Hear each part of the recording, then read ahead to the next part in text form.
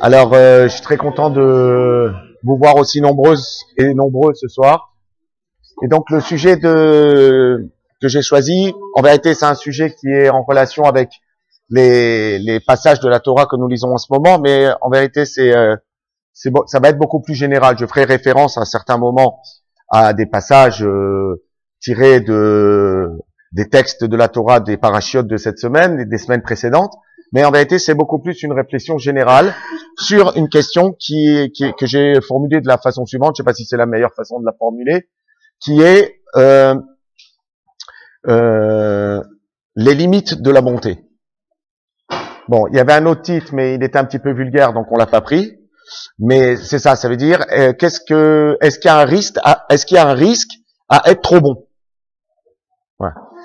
Et donc, on est souvent confronté à ce type de questionnement dans des moments de la vie où il y a des choix importants à faire. On fait jamais un choix comme ça. Un choix, c'est toujours un positionnement particulier par rapport à un contexte, par rapport à des gens, par rapport à des expériences. Et donc, on ne sait pas toujours très bien comment faire. Et c'est vrai que à l'intérieur de ces choix, la notion de faire le bien ou de faire bien rentre en ligne de compte.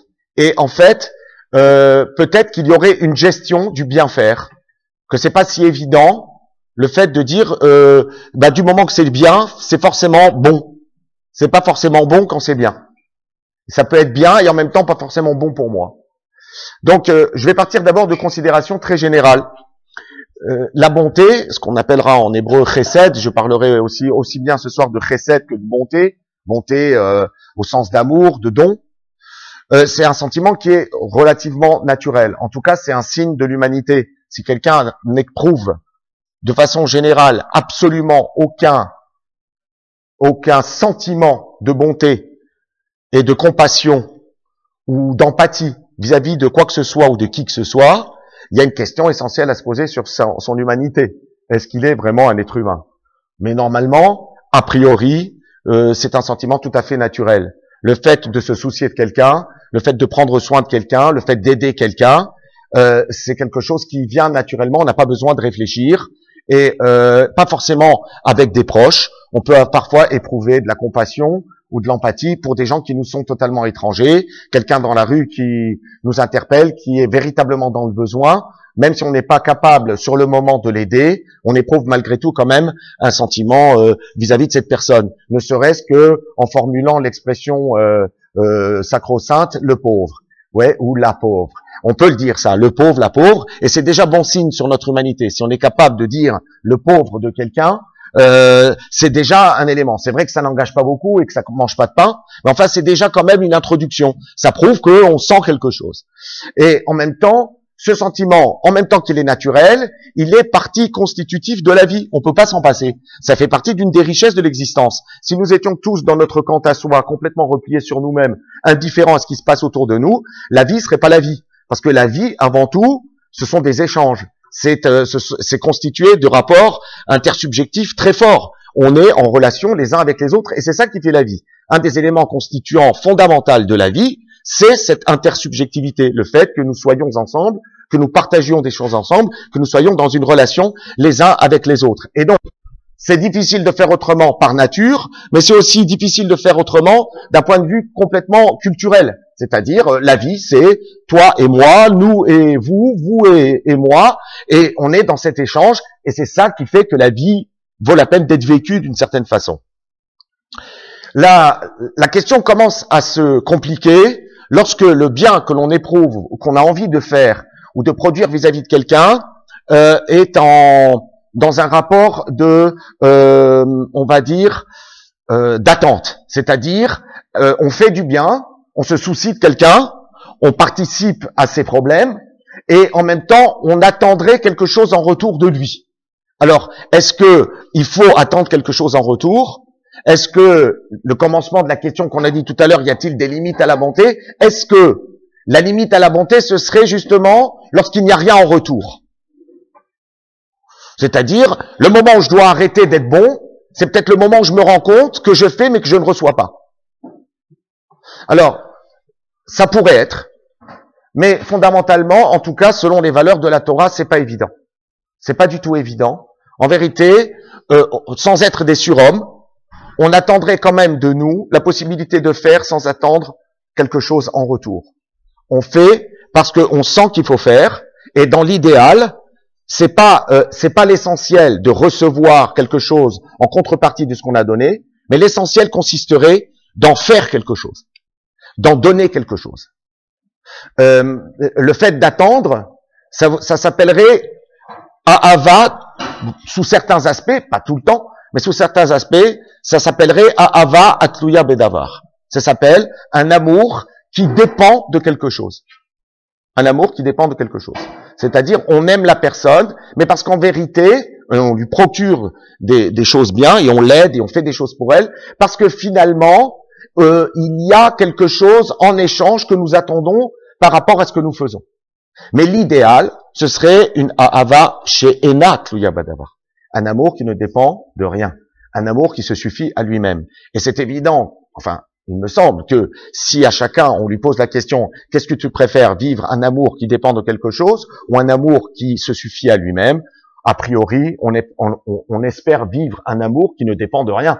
Un amour qui n'est pas correspondant à une fiche de paye ou à une situation sociale ou à une position hiérarchique quelle qu'elle soit, mais simplement la personne parce que c'est elle et elle parce que c'est moi. Ça, ce serait dans l'absolu. Et en vérité, c'est pas complètement fou et c'est pas complètement idéaliste. À partir du moment où on sent que se préoccuper de quelqu'un, aider quelqu'un, c'est quelque chose qui nous apporte, indépendamment du fait que la personne le reconnaît ou pas, ou nous donne surtout quelque chose en échange. Qu'elle le reconnaisse, j'avoue que c'est quand même un minimum. Mais qu'elle nous rende l'appareil, c'est pas forcément quelque chose d'indispensable. C'est-à-dire que dans l'absolu, il faudrait imaginer que dans ce qu'on donne à l'autre, le cadeau que nous recevons par rapport à ce que nous donnons, c'est simplement le fait que l'autre accepte qu'on l'aide. Le fait que l'autre nous reconnaisse dans notre possibilité de lui apporter quelque chose, c'est déjà en soi une récompense. Et on n'a pas besoin d'un retour matériel, objectif, concret, qui est, voilà, moi j'ai fait ça, alors j'attends maintenant quand même qu'on me renvoie l'ascenseur. Le meilleur ascenseur, finalement, c'est que l'autre nous signale, par sa disponibilité au don qu'on lui fait, qu'il a d'une certaine façon besoin de nous. Et donc, j'ai envie de dire que donner, c'est d'une certaine façon déjà recevoir. Et ça peut être d'une certaine façon quelque chose qui comble. On voit ça très bien dans les textes, je vous ai dit que j'y ferai référence, on voit ça très bien dans les parachiotes, dans les textes de la Torah que nous avons lus ces dernières semaines, et surtout dans la personnalité d'Abraham. Abraham est quelqu'un qui ne se regarde pas, lui, par rapport à ce qu'il fait pour quelqu'un. Il n'est pas dans une espèce de relation symétrique de don contre don, systématique, je donne, je reçois, mais qui est beaucoup plus dans la disponibilité à l'autre pour l'autre. Si, alors même qu'il est au 3e jour de sa convalescence, après sa circoncision, il s'installe à la porte de sa tente pour aller guetter s'il n'y a pas des gens qui passent dans le désert qui seraient éventuellement dans le besoin, c'est qu'à un moment, il ne s'écoute pas. Ça veut dire quoi qu'il ne s'écoute pas? Ça veut dire qu'il ne regarde pas sa souffrance à l'instant T au moment où il se trouve, mais qu'il est capable de se disponibiliser à l'autre pour l'autre.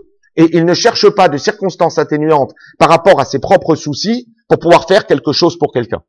Donc ça, bon, c'est vrai que ce sont des niveaux très très élevés, mais d'un autre côté, rien ne nous empêche d'avoir un idéal de niveau très élevé dans la vie. Et donc, effectivement, la possibilité de concéder à l'autre une place pour lui-même dans ce qu'il est lui, ça peut effectivement constituer une dynamique très forte dans la démarche qui nous amène vers lui. D'autant plus que pour Abraham, l'élément qui continue cette notion de regarder l'autre pour l'autre dans ce qu'il est, eh bien, c'est aussi chez lui l'idée, ainsi que c'est expliqué dans les textes, que en vérité, il est heureux que les autres veuillent bien accepter ce qu'il fait pour eux. Et donc, dans les textes, c'est clairement ramené, notamment dans le commentaire de Rashi, où Rashi explique que pour lui, c'est un honneur que les gens qu'il invite, qui sont de vagues passagers comme ça, des nomades qui déambuleraient dans le désert. On ne sait pas encore que ce sont des anges, mais des gens qui déambulent comme ça dans le désert et qui pourraient avoir faim et soif. Pour lui, il s'arrête à cette idée que le simple fait qu'ils viennent sous sa tente partager un repas avec lui, c'est déjà pour lui quelque chose d'absolument satisfaisant. On peut très bien comprendre cela lorsque, par exemple, on invite une personne très connue ou une personne qui a énormément d'importance pour nous, ou une personne, on va dire, d'un niveau très élevé, un grand maître ou une personne haut placée. Eh bien, le simple fait qu'il accepte de venir manger quelque chose à la maison, ça peut être pour nous un honneur véritable, beaucoup plus grand que simplement lui, le plaisir qu'il a, lui, à manger ce qu'on est en train de lui donner. Le fait qu'il accepte de manger ce qu'on lui sert, pour nous, c'est comme si il nous avait rendu un repas. En vérité, il nous a rien rendu que le fait de manger ce qu'on lui offre. Donc ça, c'est quelque chose qui est fondamental, et je pense que ça, c'est quelque chose aussi qui existe fondamentalement dans l'amour. C'est-à-dire que si l'amour n'était qu'une association d'intérêts, dans une relation strictement symétrique, je fais mais à condition que tu me fasses, je t'apporte mais à condition que tu m'apportes, ben on aurait une espèce d'amour désincarné, absolument, on va dire utilitaire. Et l'autre ne serait qu'un instrument pour que je puisse, dans un effet boomerang, recevoir ce que moi je lui ai donné. Non, en vérité, dans l'amour véritable, on éprouve au seul fait que l'autre accepte ce qu'on lui offre, quelque chose de satisfaisant. C'est déjà quelque chose en soi qui nous comble. Et ça peut être un révélateur dans l'amour, mais aussi, effectivement, dans le rapport de chesed, dans le rapport de don que nous pouvons avoir vis-à-vis d'autrui. On voit que dans la Torah, la dimension de don et de chesed, c'est une valeur suprême. C'est quelque chose qui a, parmi d'autres notions très importantes, mais celle de la bonté, de la disponibilité à l'autre, de la capacité d'être en empathie avec lui, de le comprendre et d'essayer autant que possible de l'aider, ça fait partie des valeurs suprêmes de la Torah. D'ailleurs, il est révélé dans certains textes que ce sont des actions qui nous rapportent déjà une satisfaction dans ce monde-ci. Vous savez que, a priori, pour les commandements que nous accomplissons dans ce monde, la récompense n'est pas clairement définie.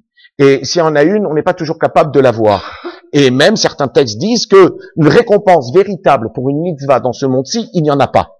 Pourquoi? Parce qu'en vérité, une récompense vis-à-vis d'une mitzvah dans ce monde-ci, ce serait quelque chose de complètement disproportionné. La mitzvah étant quelque chose en soi de tellement élevé, de tellement spirituel, de tellement profond, que de dire « je te récompense par quelque chose de matériel dans ce monde-ci », ce serait pas à la hauteur de la grandeur de la chose que nous avons accomplie. Bon, ça on s'en rend pas toujours compte, mais toujours est-il qu'en ce qui concerne le fait de se disponibiliser à l'autre, d'aider l'autre, par exemple d'aider deux personnes à faire la paix, d'apporter le shalom dans un couple, d'aller rendre visite à un malade, de se soucier des problèmes des autres, eh bien on dit qu'on est ochel perotehem baolamazé, on a déjà une consommation de ce fruit-là qu'on a planté dans ce monde, ici même, ici-bas.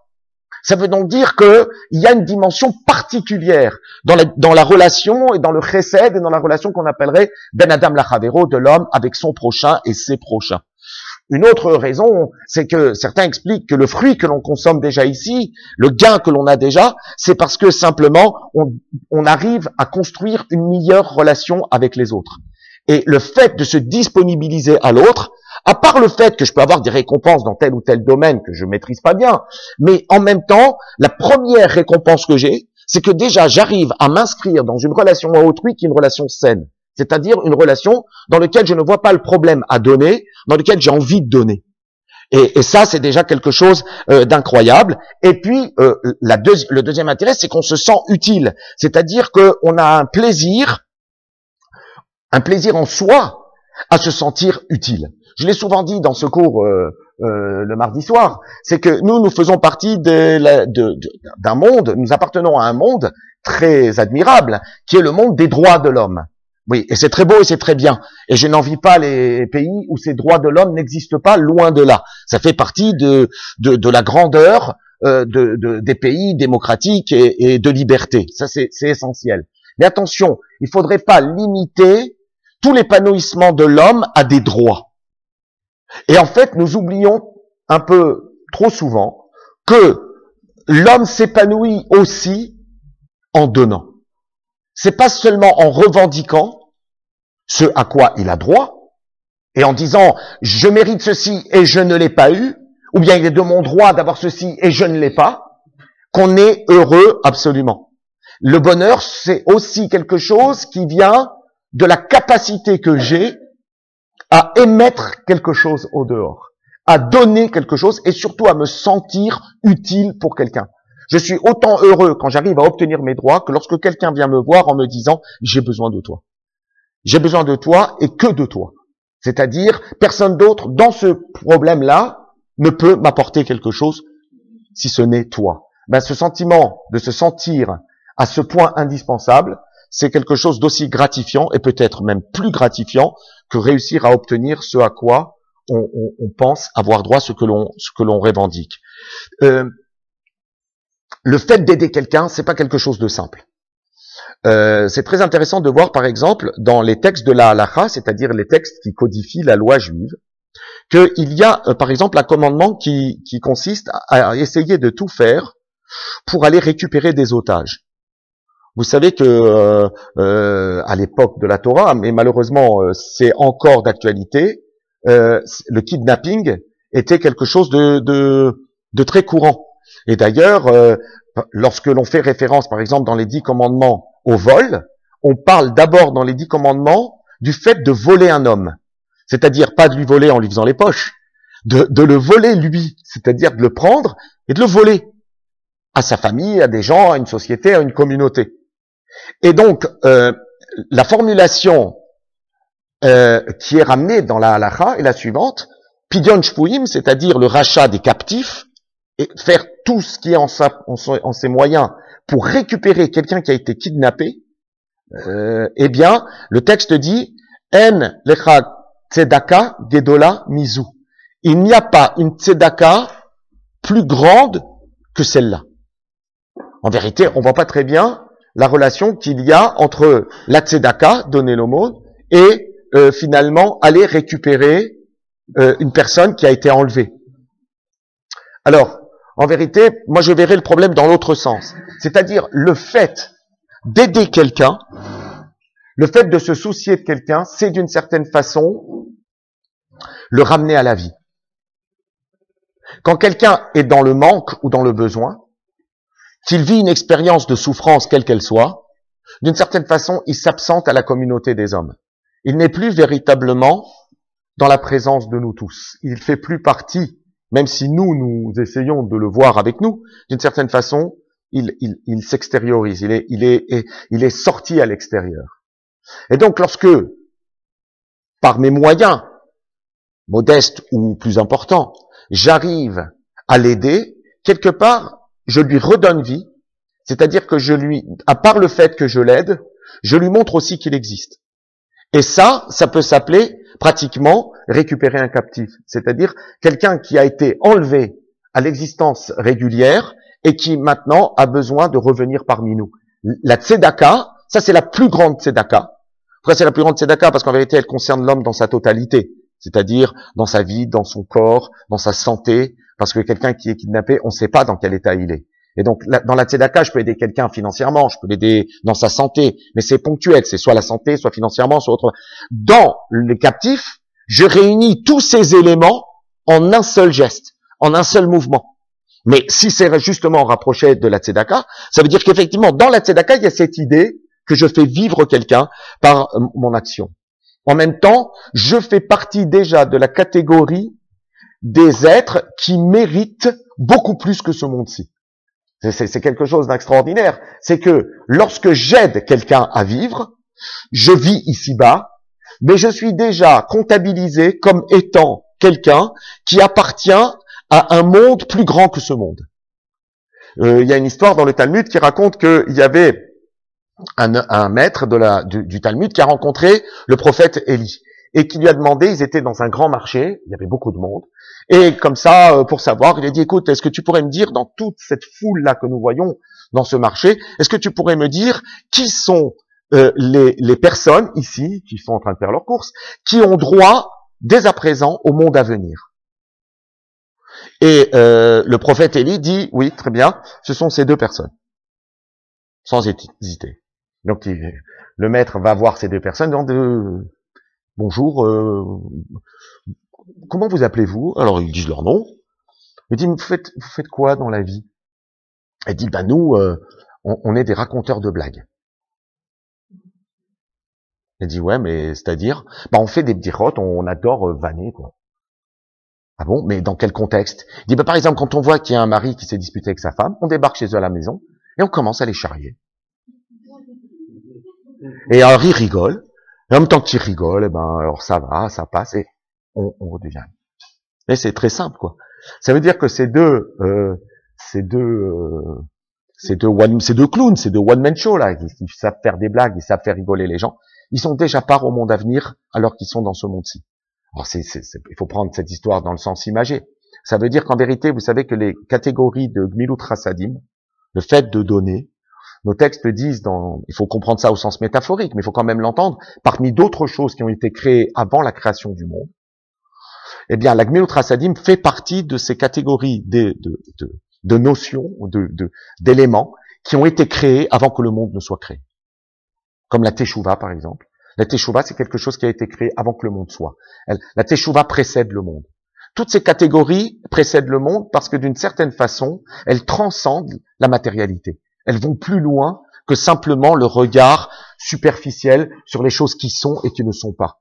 Quelqu'un qui est capable d'aider pour l'autre, d'apporter quelque chose à l'autre pour l'autre, quelque part, ça a un aspect un peu irrationnel. C'est quelque chose qui dépasse pratiquement l'entendement, le rapport clair qu'on a avec les choses, le rapport rationnel qu'on a avec les choses. Aider, pourquoi? Et si ça m'apporte rien, pourquoi je le fais? Oui, justement, ce sont des choses qui sont la teshuva, par exemple. Comment comprendre qu'en faisant teshuva, on va d'une certaine façon effacer notre vie passée pour devenir quelqu'un de nouveau? C'est très compliqué de dire qu'une action qui a été faite, c'est comme si elle n'avait pas été faite. Eh bien, toutes ces catégories qui frôlent quelque part l'irrationnel, nos textes nous disent, oui, en fait, elles ont été créées avant le monde. C'est une image pour nous dire que ceux qui pratiquent ces éléments-là, quelque part, ils s'émancipent de la stricte réalité des choses. Ils sont capables d'aller voir plus loin, d'aller voir dans des catégories qui dépassent la matérialité.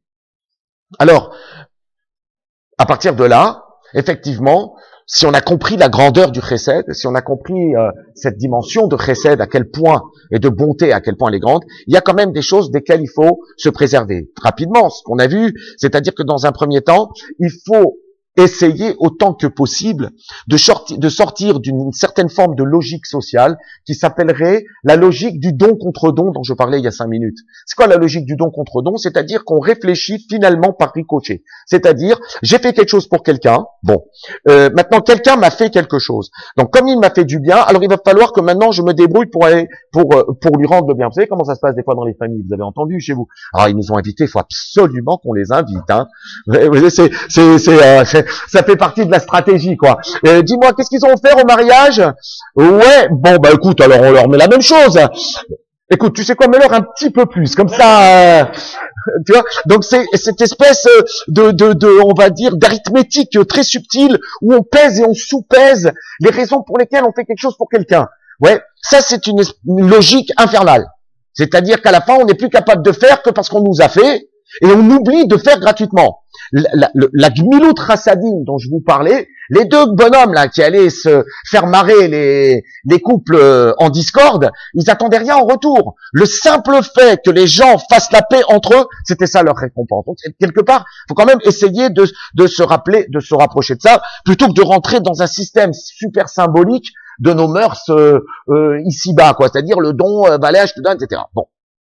Faut aussi sortir et être capable, mais ça c'est un b.a.-ba. Et j'en parlais d'ailleurs la dernière fois à la fin du cours sur l'estime de soi. Il faut être capable aussi de sortir de ce que j'appellerais l'ère du soupçon, c'est-à-dire cette tendance que nous aurions à soupçonner les autres de nous rouler dans la farine. Ouais, il y a une notion qui s'appelle, on en a parlé un petit peu rapidement la dernière fois, la notion qui s'appelle le capsroot. C'est-à-dire que, a priori, moi je juge tout le monde en bonne part. J'ai pas d'idée préconçue. Donc, à partir du moment où j'ai pas vu clairement que je me serais fait avoir par tel ou tel acte de bonté que j'ai produit, J'ai pas à rentrer dans le jugement de... Bon, c'est pareil, ça rentre aussi dans la logique. C'est-à-dire, par exemple, j'ai fait quelque chose pour quelqu'un, et puis je fais encore, et puis je donne, et puis à un certain moment, je me dis, bon, finalement, alors, je sais pas, j'ai l'impression de donner, je reçois rien, etc. Bon, alors, faut vérifier. Pourquoi on dit on se reçoit rien? Est-ce qu'on a intégré cette notion que, finalement, derrière toute personne se cache un arnaqueur potentiel? Alors ouais, mais c'est pas bon parce que quelque part ça contamine toute notre hygiène morale et notre hygiène dans la relation à l'autre. Parce qu'à force de faire comme ça au début parce qu'on n'a pas reçu, à la fin on finit par voir tout le monde comme ça. Et ça, c'est assez préjudiciable. Partir avec cette idée que l'autre est soupçonné ou soupçonnable de pas être réglo avec moi, eh bien, au fur et à mesure, on finit par se couper de tout le monde. Et on en parlera dans la fin du cours, mais c'est quelque chose qu'il faut justement essayer de maîtriser. C'est-à-dire, on aurait peut-être, et ça dépend des personnes, certains ont parfois une tendance plus développée que d'autres à percevoir, entre guillemets, une soi-disant arnaque de l'autre. Eh ben, il faut tout de suite se réveiller et se dire non, mais attends, mais objectivement, en quoi il est arnaqueur? En quoi est-ce que je me fais avoir? Ouais, parce que sinon, on a du mal à avancer. Donc, on a aussi une tendance à se ressentir comme faible, car on croit que les gens profitent de nous. Ouais, ça frôle la parano, cette affaire-là. Ouais. Alors, il faut réfléchir, faut écrire, faut regarder. Est-ce que c'est vraiment ça? Parfois, on s'invente des paranos. Ouais. On s'invente qu'on se fait avoir. C'est pas toujours sûr. Il faut demander conseil. Et à des bonnes personnes. Parce que des fois, parce que comme on veut s'attirer l'amitié de quelqu'un, on leur dit ouais, je suis sûr qu'il t'arnaque. Allez, viens, sois copain avec moi. Moi, je ne t'arnaque pas. Donc, il faut faire attention à qui on demande conseil. Mais c'est vrai qu'on a vite fait de rentrer dans cette espèce de regard dépréciatif et soupçonneux à l'égard des autres.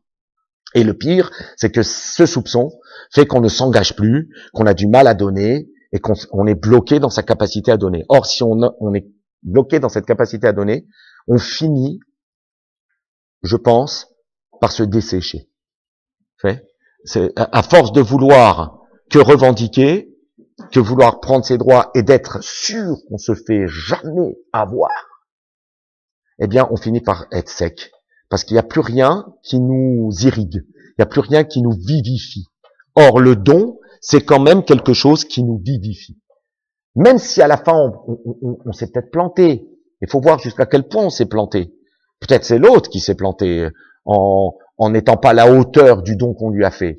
Mais essayons peut-être de voir le problème un peu d'un autre côté. C'est-à-dire, qui est celui qui est peut-être le plus mesquin ou alors le plus naïf? C'est celui qui pense rouler quelqu'un qui lui donne. En réalité, c'est lui qui se roule parce qu'il n'est pas capable de construire une relation avec quelqu'un qui lui apporte quelque chose. Mais celui qui donne, a priori, n'est pas fautif. On ne commet pas de faute quand on donne quelque chose à quelqu'un. On n'est pas bête quand on donne quelque chose à quelqu'un. Ouais. On est grand.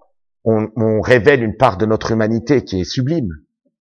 Donc, c'est vrai qu'on est dans un système où tout doit être rentable et on nous apprend à vivre toujours dans ce rapport de rentabilité. Ben, c'est pas grave. Moi, je pense que, au contraire, le judaïsme nous apprend que c'est pas forcément ça la vraie relation humaine.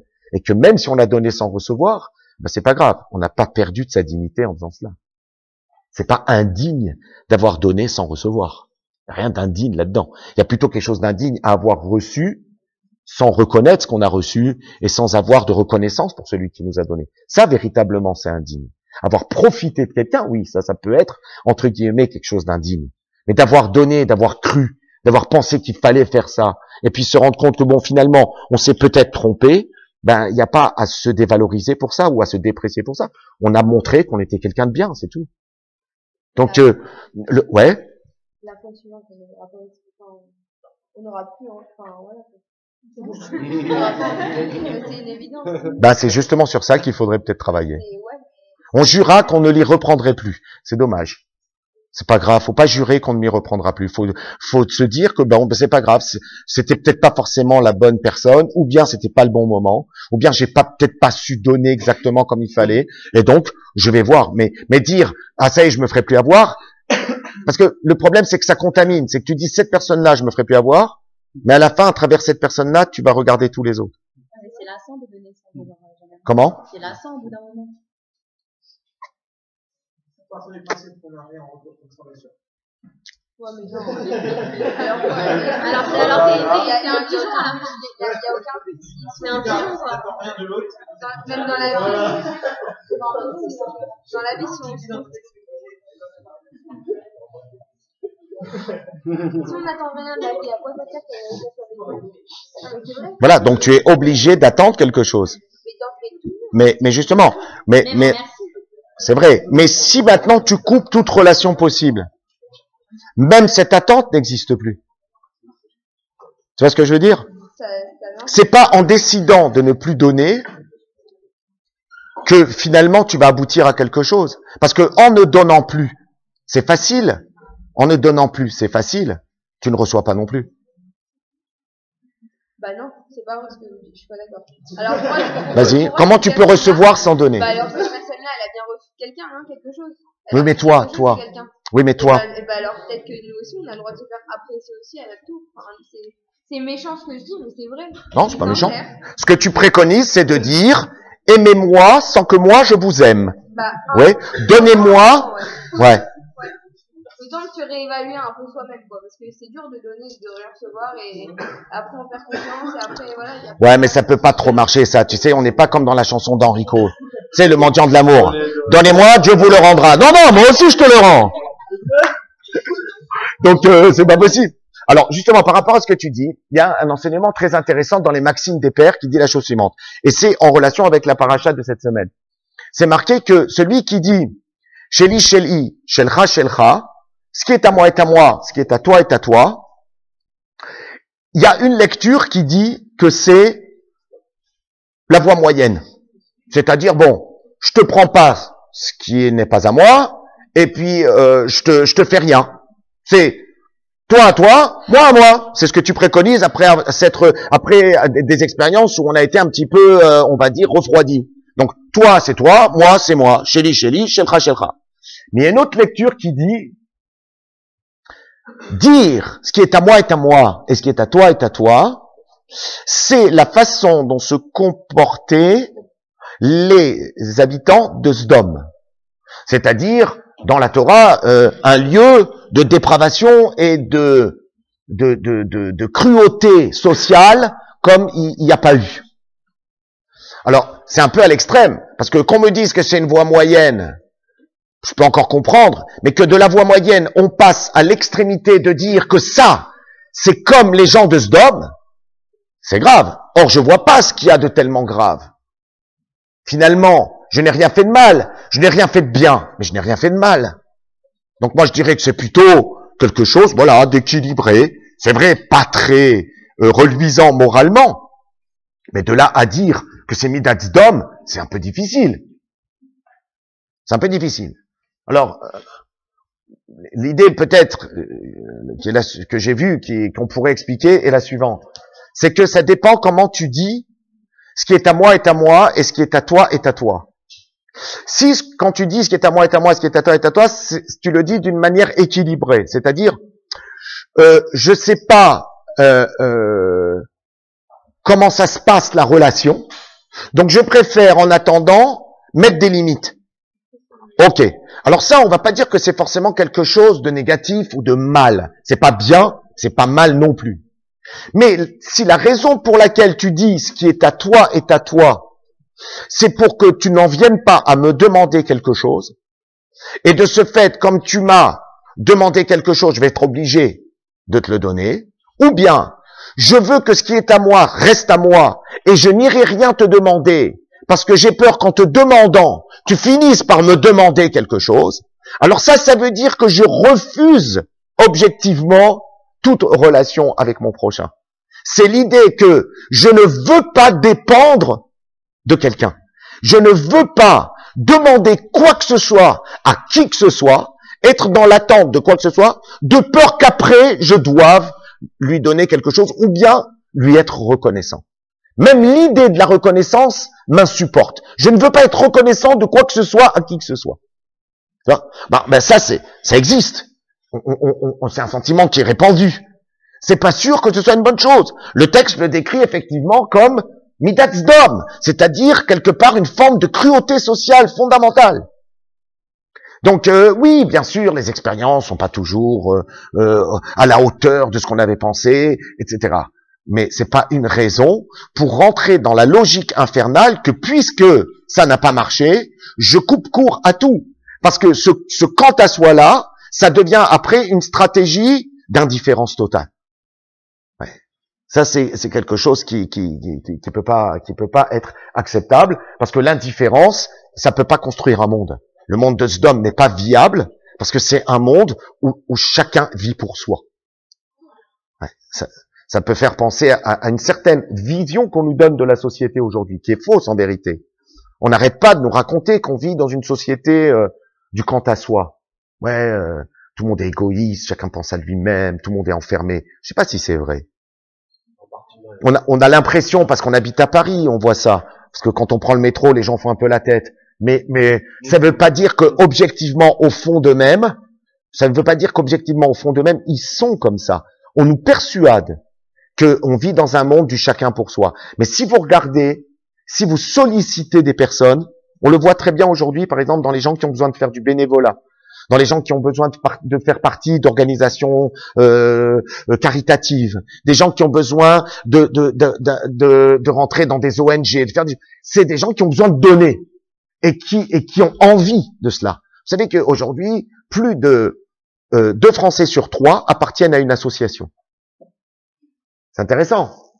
Donc, on est en train de nous mettre les uns en face des autres en disant qu'on n'a pas envie d'être ensemble. On est en train de persuader les gens que ouais, c'est chacun pour soi, tout le monde est enfermé derrière ses ordinateurs, tout le monde fait la tête. Ben regardez, dans une société où 2 personnes sur 3 font partie d'une association, je crois que c'est plutôt le contraire. C'est qu'en vérité, les gens ont envie de s'associer. Mais on cultive ce discours parce que c'est ça peut arranger le système politique, ça peut arranger beaucoup de choses de faire qu'on s'entende pas bien. Parce que l'unité, ça pose toujours problème à ceux qui veulent le pouvoir.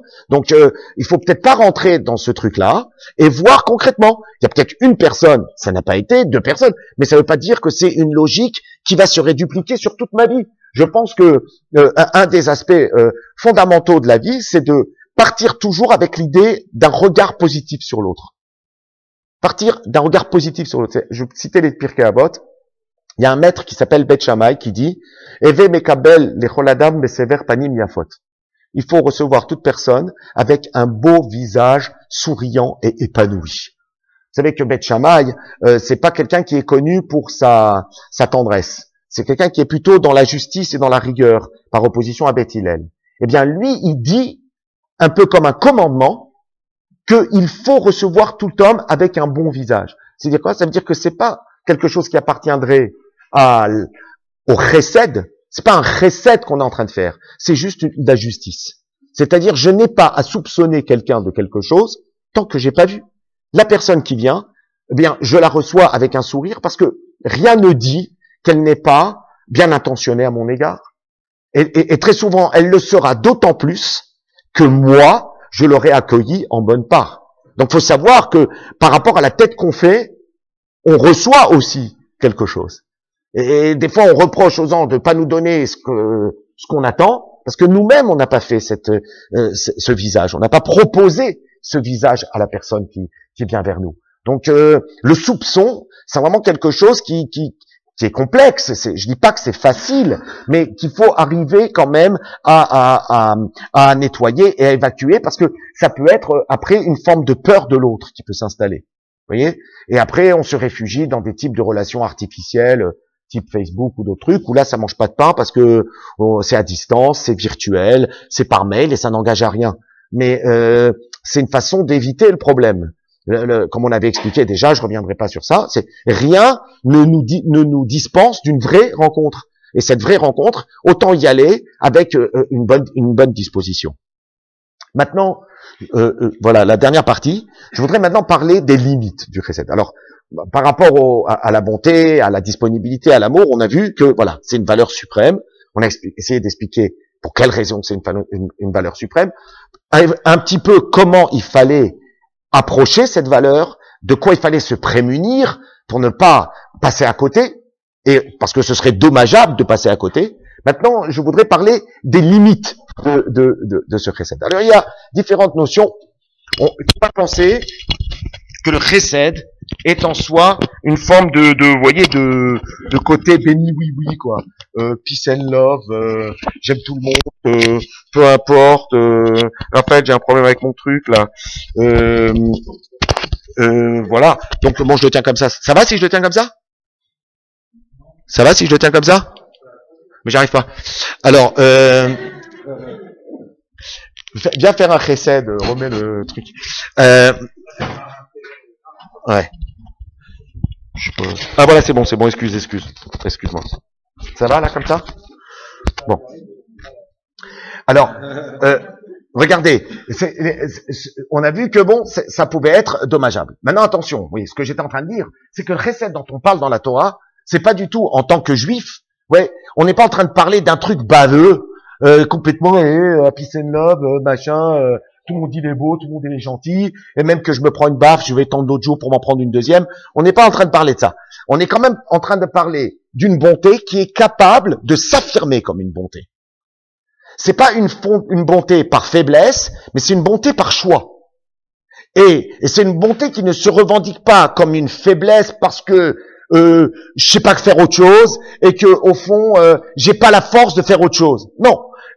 La bonté à laquelle on aspire, et peut-être que ça, c'est justement quelque chose qui nous éviterait de rentrer dans le truc du soupçon, bien c'est une bonté qu'on assume parce qu'on la veut, parce qu'elle est décisive. Alors il y a une notion, par exemple, dans la bonté, qui est une notion de limite qui peut intervenir dans la bonté, qui est le moment où, dans le don que je fais, vis-à-vis de celui à qui je le fais, ou bien dans ce à quoi ça m'entraîne, il y a quelque chose qui contredit certaines de mes valeurs essentielles. On voit par exemple, j'ai donné un exemple très simple. Dans la paracha que nous avons vue la semaine dernière, Abraham, qui est le pilier du chesed, l'incarnation du chesed dans son absolu, est capable à un moment donné de demander à son neveu Lot de partir. Il lui dit, écoute, à un moment, je veux qu'on se sépare. Je veux qu'on se sépare et c'est pas négociable. Alors, Lot lui dit, mais où veux-tu que j'aille? Il lui dit, mais écoute, tu vas où tu veux. Si tu vas à l'est, j'irai à l'ouest. Et si tu vas à l'ouest, j'irai à l'est. Mais l'essentiel, c'est qu'on se sépare. On a beaucoup de mal à imaginer Abraham, qui fait tellement de choses pour son neveu, qui va même après être capable d'aller le sauver dans une guerre avec ses kidnappeurs. Eh bien, il lui dit à un moment donné, nos chemins doivent se séparer. C'est très choquant. Alors, la raison qui est ramenée dans les textes, et dans la Torah elle-même, c'est que les bergers de Lot ne muselaient pas leurs animaux. Et Abraham, lui, muselait les siens. C'est-à-dire que lui était très attentif à la possibilité que ces animaux aillent brouter dans l'herbe d'autrui. Ce dont se fichaient pas mal les bergers de Lot. Après avoir été prévenus à plusieurs reprises, Lot et ses bergers ont continué à ne pas museler leurs animaux. La notion de vol était quelque chose de tellement en contradiction avec les valeurs essentielles d'Abraham que les chemins, pour un temps, ne pouvaient plus aller ensemble. C'est-à-dire qu'Abraham, il y avait deux choses. Premièrement, c'est qu'il ne voulait peut-être pas être associé à ces vols-là, parce qu'on l'aurait assimilé à ces vols, tant il était proche et tant il faisait chemin commun avec Lot, il ne voulait peut-être pas être assimilé à cette notion de vol. Et en même temps, par cette séparation, il voulait aussi faire comprendre quelque chose à Lot. C'est-à-dire que derrière cela, il y avait aussi une action de chesed. L'action de chesed, c'est de dire, réfléchis, je me sépare de toi alors que nous sommes proches, parce qu'il y a quelque chose dans ce que tu fais et dans ce que tu vis et dans les valeurs que tu essayes de produire qui ne sont plus les miennes. Remarquez d'ailleurs qu'il ne lui dit pas d'aller au sud ou au nord, parce qu'au nord, il y a Sodome. Et il veut pas non plus que Lot se dégrade. Donc quand il lui dit pars, il lui propose que des solutions positives pour lui. Malheureusement, Lot ne va pas comprendre ce message et il va aller dans la direction de Sodome, le dernier endroit où il faut aller. Et d'un autre côté, on peut se demander si le vol ne l'a pas amené aussi à aller dans un endroit où il y a une indifférence sociale radicale, c'est-à-dire un endroit où il est interdit d'aider les autres, où il est interdit de faire une justice sociale, où il est interdit d'aider ceux qui n'ont pas. Ouais, où on justifie qu'il ne faut pas aider parce que aider, c'est interdit. C'est pas bien. Il faut que chacun se débrouille par lui-même. Faut pas aider. Bon, celui qui a des bergers voleurs, ça a l'air quand même d'être c'est pas gratuit qu'ils finissent par atterrir à Sodome. Toujours est-il qu'Abraham dit à un moment il faut séparer les chemins. C'est-à-dire qu'il y a peut-être quelque chose aussi là-dedans à entendre pour nous. C'est-à-dire jusqu'où aider, jusqu'où se soucier, jusqu'où être en empathie, jusqu'où accompagner. Si dans l'accompagnement que l'on produit pour aider quelqu'un à avancer avec lui, nous sentons que nous nous dépossédons de nos valeurs essentielles, qui ne correspondent plus du tout à la personne, qui ne sont pas du tout correspondantes avec celles de la personne que nous voulons aider, il y a peut-être à un moment une limite qui doit se présenter en face du chesed. Donc, pourquoi? Parce que ça peut aussi à un moment donné basculer dans le fait qu'on va réaliser des actions que l'on croit bonnes ou que l'on justifie comme bonnes parce que il faut l'aider, mais qui en soi vont être des actions qu'on n'aurait pas fait, qui ne sont pas faisables selon notre système de valeurs, selon notre déontologie, c'est pas faisable. Donc ça c'est une limite au chesed qu'il faut mettre en place. Se demander si ce que l'on fait correspond véritablement aux valeurs qui sont les nôtres, à celles qu'on essaye de construire. Les valeurs de justice, de vérité, de bonté, et les valeurs juives qui sont les nôtres. Vous comprenez? Par affection pour quelqu'un, pour quelque chose. Savoir, est-ce que ça nous entraîne pas avec cet alibi très fort de la bonté, si ça nous entraîne pas en dehors de ce que nous sommes, en dehors de notre identité, en dehors de nos valeurs. Ça, c'est à chacun d'apprécier. Chacun doit se poser cette question. Si j'ai placé comme valeur fondamentale de me marier jeune et d'avoir des enfants jeunes, de construire une famille, et que finalement je m'aperçois que une personne a besoin de moi, que je l'aime, que il y a une affection, mais qu'il y a rien qui bouge, rien qui se passe, et que petit à petit j'oublie ces notions-là, je m'en détache, je les relativise, je fais comme si c'était. C'est une question. Si je suis avec quelqu'un dont je sais pertinemment qu'il est en ce moment en train de faire une profession qui est pas honnête, c'est une question fondamentale. C'est pas parce que on est bien ensemble et parce qu'il a besoin de moi que je dois cautionner sa malhonnêteté. C'est pas évident du tout. Il y a des personnes qui peuvent aujourd'hui, par désarroi ou par la crise ou par toucher à des professions ou à des activités qui sont pas du tout correctes.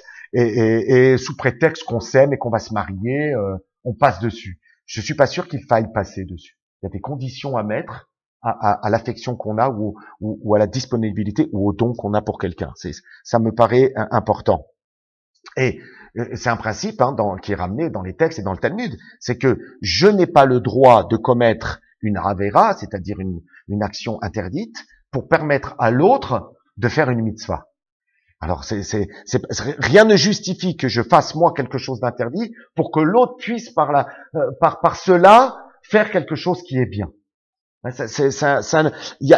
faut évaluer. Quand bien même c'est très important la relation à l'autre, et même si c'est le centre de toutes les valeurs sociales, religieuses et de partage qu'il y a entre nous, ça n'autorise pas à ce que moi je commette une action négative, interdite, pour lui permettre, soi-disant lui, de venir dans la chose de la mitzvah. Donc, faut réfléchir à ça. C'est que ça, chacun, il n'y a pas de leçon, il n'y a pas de recette miracle, j'ai pas de cas pratique. À chaque fois, je vous ai donné un ou deux, mais enfin, le mieux, c'est quand même que chacun évalue cette notion-là. Parce que des fois, on en parlait tout à l'heure, mais parfois, on n'a pas en retour, on nous semble ne pas avoir un retour sur investissement dans notre relation de don et de disponibilité, mais c'est peut-être parce qu'on a investi sur quelque chose qui n'est pas véritablement nos valeurs. J'ai pas dit quelque chose qui n'est pas nous, parce que des fois il faut aider quelqu'un qui n'est pas nous. Il faut s'occuper de quelqu'un qui n'est pas nous. Justement, on va pas s'occuper que de ceux qui sont comme nous et qui nous ressemblent. Il faut aussi se disponibiliser à quelque chose qui n'est pas nous, mais qui n'est pas de nos valeurs, c'est-à-dire qui va transgresser nos valeurs fondamentales. Ça c'est un problème parce que on ne peut pas attendre un vrai retour de cela, parce que ce que cette personne va nous amener à faire ou ce qu'elle va nous donner ne va pas nous combler dans le sens où ça correspond de toute façon pas à nos valeurs. On n'est pas toujours à même de le voir. Mais en fait, si on gratte bien, on peut se rendre compte que c'est ça. C'est pour ça que ça ne marche pas. On n'est pas sur la même longueur d'onde des valeurs. Même longueur d'onde des valeurs. Il y a aussi, dans les limites de la Gmilut Hasadim, et on le voit très bien avec Abraham aussi, les limites de faire le bien. C'est-à-dire que parfois, c'est pas du bien tel qu'on croit qu'il faut faire. C'est-à-dire que les limites de je t'adore, je t'aide quoi qu'il y arrive, et je ferai du bien, et je te ferai du bien quoi qu'il arrive, eh bien, il faut parfois aussi être capable de dire je suis pas d'accord avec ce que tu fais. Eh bien, je te reproche telle ou telle chose. Ou bien, je ne suis pas prêt à continuer sur ce mode-là. C'est-à-dire que, de certaine façon, le reproche fait aussi partie du chesed. Reprocher quelque chose. Et c'est là d'ailleurs que ça peut être un bon révélateur. C'est-à-dire, si quelqu'un accepte de vous que les bonnes choses que vous lui donnez, mais qu'au moindre reproche, il bouge ses oreilles ou bien il vous fait la tête, ça veut dire que la relation n'est pas une relation vraiment solide.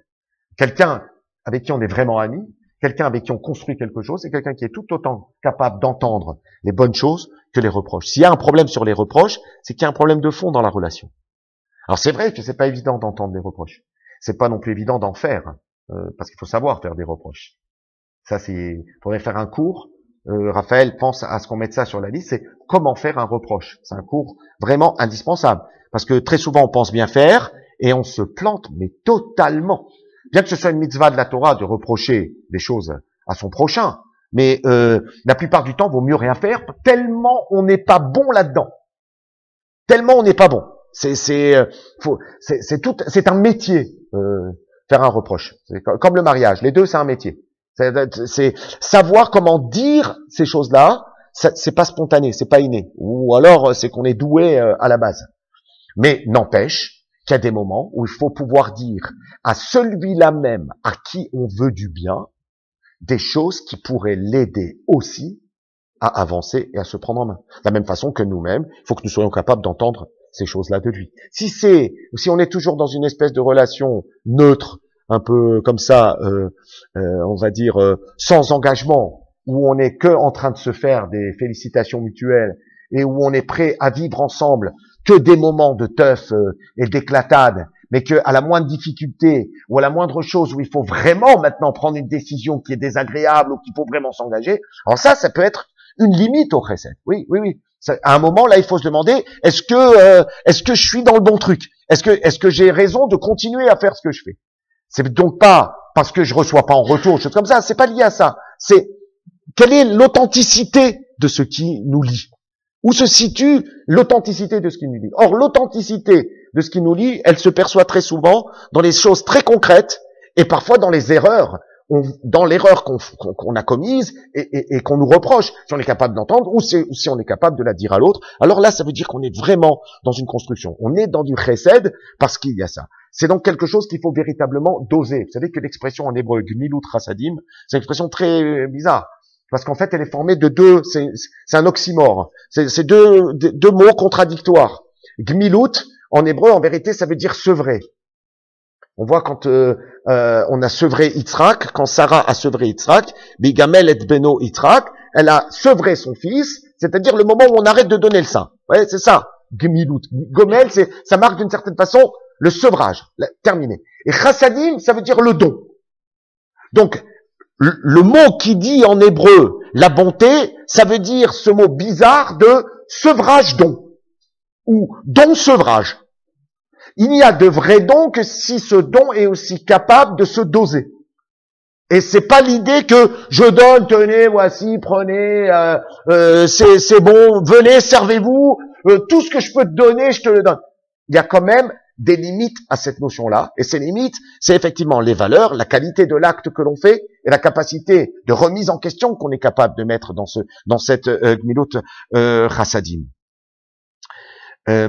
Donc, et d'ailleurs, on voit bien que dans la Torah, toutes les notions de don sont soumises à une quantification. Je vous parlais tout à l'heure de racheter les prisonniers. Eh bien, il y a dans les textes de la halakha des textes très très techniques et très précis qui disent jusqu'à combien on peut payer.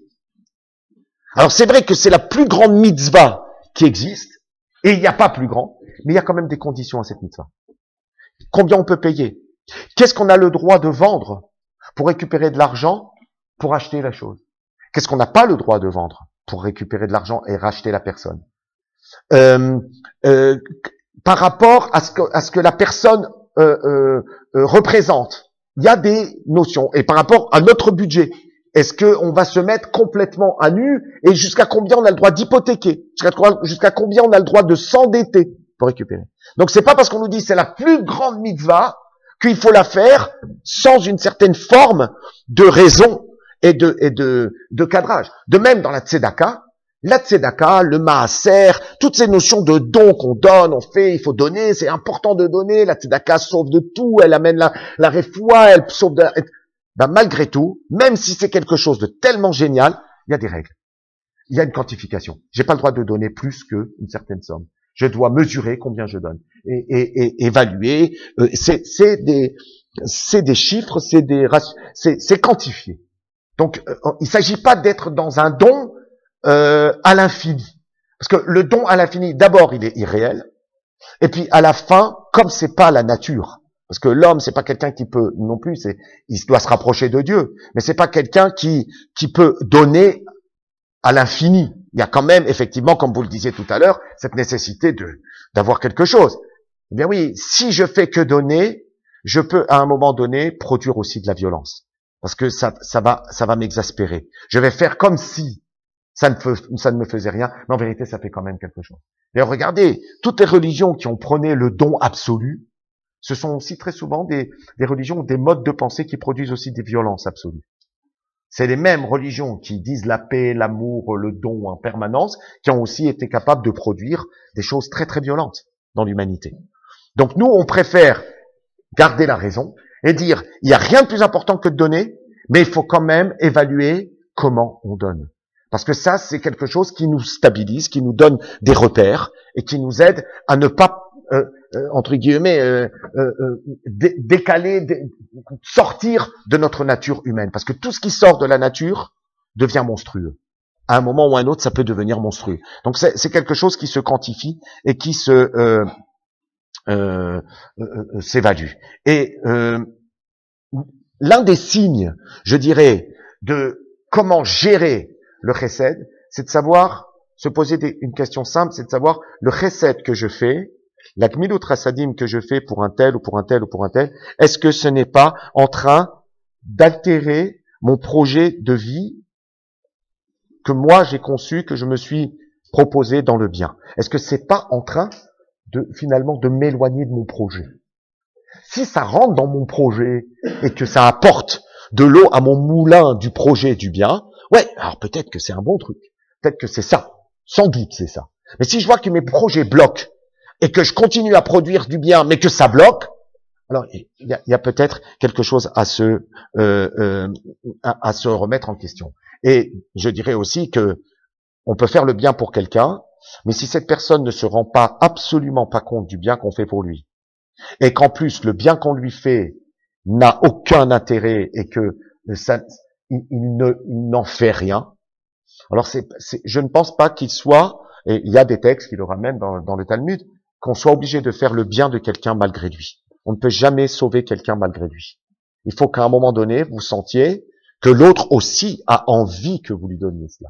Mais s'évertuer à faire le bien de quelqu'un malgré le fait que lui n'en veut pas de ce bien, et parce que vous pensez que c'est ça que ça doit être, peut-être qu'il faut laisser ça à d'autres personnes. Mais c'est pas obligé de s'épuiser dans une expérience qui, au bout du compte, de toute façon, vous le voyez, au bout d'un certain nombre de mois ou d'années, est voué d'une certaine façon à l'échec. Enfin, faire du bien ou faire le bien dans son projet de vie, ça peut aussi impliquer qu'on va parfois faire aussi un petit peu de peine à quelqu'un d'autre. Donc ça aussi, c'est les limites du chesed. Des fois, il peut y avoir un sentiment de culpabilité à dire, tiens, voilà, j'ai rencontré la personne de ma vie, je vais donc quitter mes parents pour aller me marier. Alors on est en train de faire quelque chose de très bien qui s'appelle rencontrer quelqu'un pour aller se marier.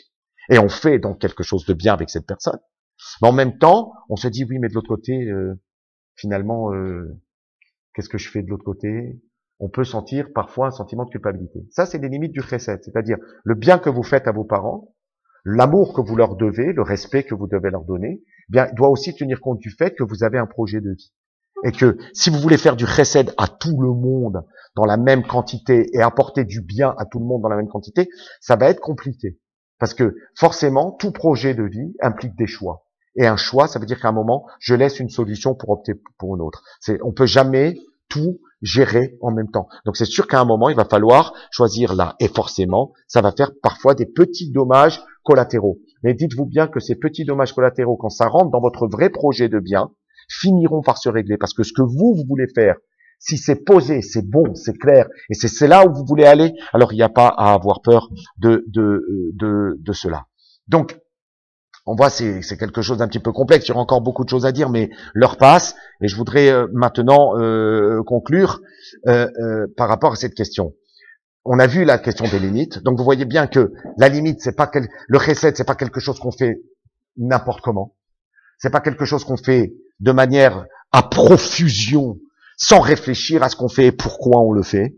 C'est quelque chose qui rentre dans un cadre et qui rentre dans un projet et qui se soumet à certaines valeurs. Maintenant, j'ai envie de dire, terminer par un exemple encore dans cette paracha, qui est lié, vous savez, on a lu un passage terrible et très déstabilisant dans la Torah, qui est le passage du sacrifice d'Isaac. On comprend pas comment on demande à l'homme le plus bon de la planète de sacrifier son fils, et pire que tout, il accepte. Comment une chose pareille peut-elle être compréhensible? On pourrait se dire, c'est les limites de la bonté. C'est-à-dire, je fais du bien à mon fils,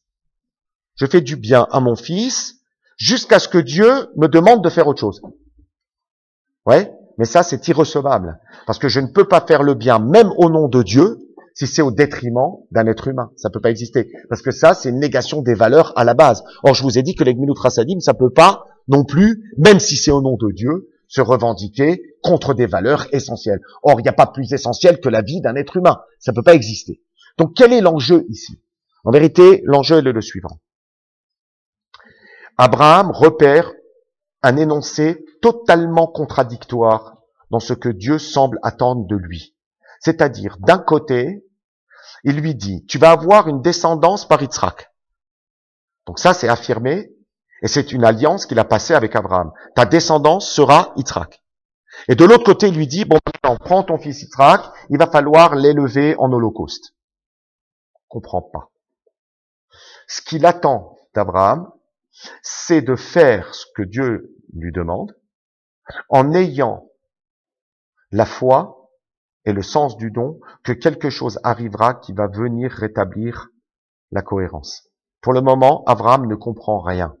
Mais c'est pas parce qu'il ne comprend rien qu'il ne fait rien.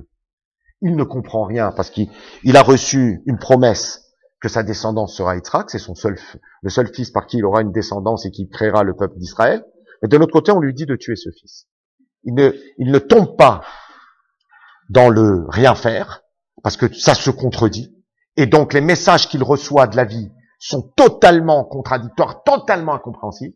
Ce qu'il fait, c'est qu'il décide de continuer à avancer. Il décide d'y aller. Il décide d'aller avec son fils et de voir ce qui se passe. Eh bien, je dirais que la Gmilut Chasadim, c'est un petit peu ça, dans le même ordre d'idées. C'est-à-dire, très souvent, on donne. Très souvent, on fait du bien. Très souvent, on développe. Et on a besoin de ça. Et on a envie de ça. Surtout parce qu'on se rend compte que c'est vraiment ça qui produit un sentiment de plénitude à l'intérieur de nous. C'est vrai qu'à côté, on a des informations inverses. Malgré tout le bien, on reçoit quelque chose qui n'a pas l'air bien. Malgré tout ce qu'on donne, on a l'impression de rien recevoir. On a l'impression de travailler à pure perte. L'un des enseignements d'Abraham, c'est que malgré le fait qu'il soit dans cette contradiction fondamentale entre ce qu'il espère et ce qu'on lui dit et ce qui semble se dessiner, il n'arrête pas de continuer à avancer. Il prend son fils, il l'emmène jusqu'à pratiquement en arriver à l'amener en holocauste. Mais il sait en vérité qu'il y aura un moment où on va décider que quelque chose d'autre va se passer. On sent qu'il y a quelque chose d'autre qui va se passer. Il le sait que quelque chose d'autre va se passer. Donc c'est ça. En vérité, je dirais que il y a des limites à la Gmilut Chasadim et en même temps, il n'y a pas de limite. C'est-à-dire, je m'évertue quand même à continuer à y croire. Je m'évertue à y croire. C'est quelque chose qui a à voir avec la Emouna. C'est quelque chose qui a à voir avec le bitachon. C'est quelque chose qui a à voir avec la Messirut Nefesh, le don de soi. Ah, c'est vrai que là, tout de suite, ça a l'air d'être en totale contradiction avec les résultats que je serais censé recevoir. Mais c'est pas grave, parce que d'abord, quand on le fait, on est déjà en train de se nourrir. Et puis, si les résultats ne sont pas immédiats, de toute façon, on est en train de préparer d'autres résultats qui, c'est sûr, et ça c'est une question de Emouna, finiront tôt ou tard par arriver. Donc, continuez à faire du bien autour de vous. N'écoutez pas le discours ambiant qui voudrait nous inviter à vivre dans le soupçon des uns des autres, dans la méfiance des uns et des autres, et surtout dans l'espèce de rapport sur investissement, j'ai donné tant, je reçois tant. Non, continuez, ça se gère pas dans ces termes-là. Et même si ça semble contredire un petit peu ce que vous attendez et la logique du don que vous avez fait, sachez que le don, c'est peut-être parfois un petit peu à côté de la logique. C'est un petit peu pas rationnel, un petit peu comme la démarche d'Abraham. Mais au bout du compte, on est convaincu qu'avec la Emouna, c'est quelque chose qui va se dégager et qui finira par rapporter gros ici et dans le monde à venir. Voilà.